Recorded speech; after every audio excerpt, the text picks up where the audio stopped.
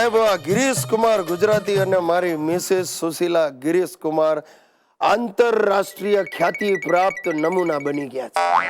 હું તો નાની નાની ક્લબ વાળા અમને ચીફ ગેસ્ટ તરીકે બોલાવે, અમારું સન્માન કરે છે।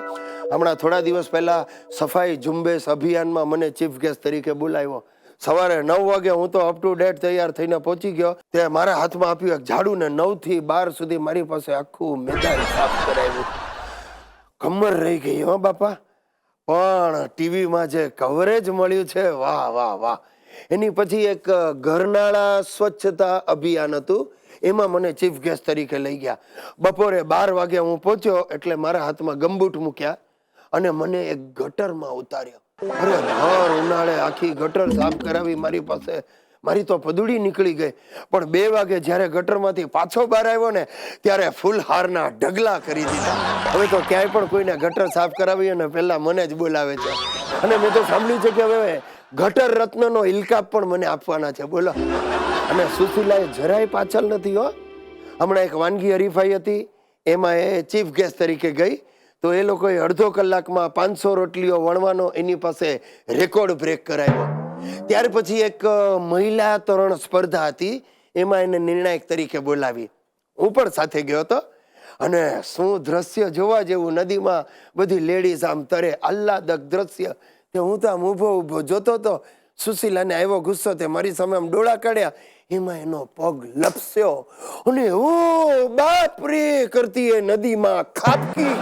હવે એને તરતા આવડે નહીં એટલે પાણીમાં ઘસડાવા લાગી ને બહાર કાંઠે ઉભેલા લોકો આમ તાળીઓ પાડે, એ જાય નિર્ણાયક જાય। અને ભાઈ મારો જીવ ઊંચો થઈ ગયો। મારી બાજુમાં એક જણો ઉભેલો મને જ કોણી મારીને કે એ ઢોકળું ડૂબ્યું અને એમાં હું પડ્યો પાણીમાં। આમ કરતો પહોંચ્યો સુશીલા પાસે, એના હાથ ઝાલ્યા, જેમ તેમ કરીને બહાર લઈ આવ્યો।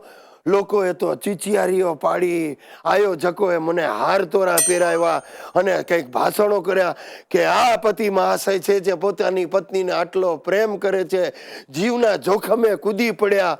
2 શબ્દો બોલો। મેં કહ્યું બાપાની ટાંગ, પહેલા મને એ કહ્યો કે મને ધક્કો કોણે માર્યો? મિત્રો, લોકોના ઘરમાં 2 ભાઈઓ ઝઘડે એ તો તમે સાંભળ્યું હશે, પણ મારા ઘરમાં મારા બાપુજી ને દાદાજી રોજ ઝઘડે છે। અરે બંનેને કેમ સંભાળવા હવે મને સમજાતું નથી, બોલો। અને બંને ઝઘડીને છેવટે ગુસ્સો મારા પર કાઢે છે, મને જ સંભળાવે છે। આના કરતા તો અમારા પેટે પથ્થરો પાક્યો હોત તો સારું થાત। હવે તમે જ મને કહો, માણસને પથરી થયાનું સાંભળ્યું છે, પથ્થરો કેવી રીતે થાય? બાપુજી ચૂપ રહે। બાપુજી તારા બાપને કે મને કાંઈ સાંભળવું નથી। હા ભાઈ, શું થયું પાછું? બાપુજી તમે કોઈ મારી વાત સાંભળવા જ તૈયાર નથી, પછી હું તમને કઈ રીતે સમજાવું? મારે કાંઈ સમજવું નથી।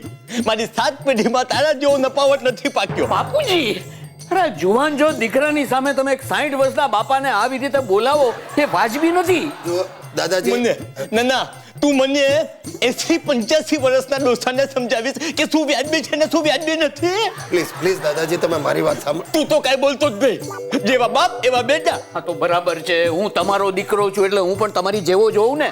એ ચૂપ રહે નપાવટ। હવે તો મને શંકા થાય છે કે તું હોસ્પિટલમાં બદલાઈ ગયો હોય। બાપુજી ચૂપ। અરે એ વખતે મનમોહન દેસાઈ નહોતા, નહીં તો હું પણ બદલાઈ ગયો હોત। અરે બાપુજી, દાદાજી, તમે મારી વાત સાંભળો પ્લીઝ। ગિરીશિયા, આ તારા દાદા મારી વાત નથી સાંભળતા તો તારી વાત શું સાંભળવાના? ગિરિયા બેટા તું નહીં માને, આ છેલ્લા કેટલા દિવસોથી મારી રૂમમાં આવી ને મચ્છર છાંટવાની દવા છાંટીને ભાગી જાય। હા તો બરાબર છે બાપુજી, હું મચ્છર મારવા માટે દવા છાંટું છું। ચૂપ રે બેટા, આ દવા છાંટવાની બાને મને મારી નાખવા માંગે। ખૂની ગિરીશિયા તું જ સમજાવા બાપુજીને।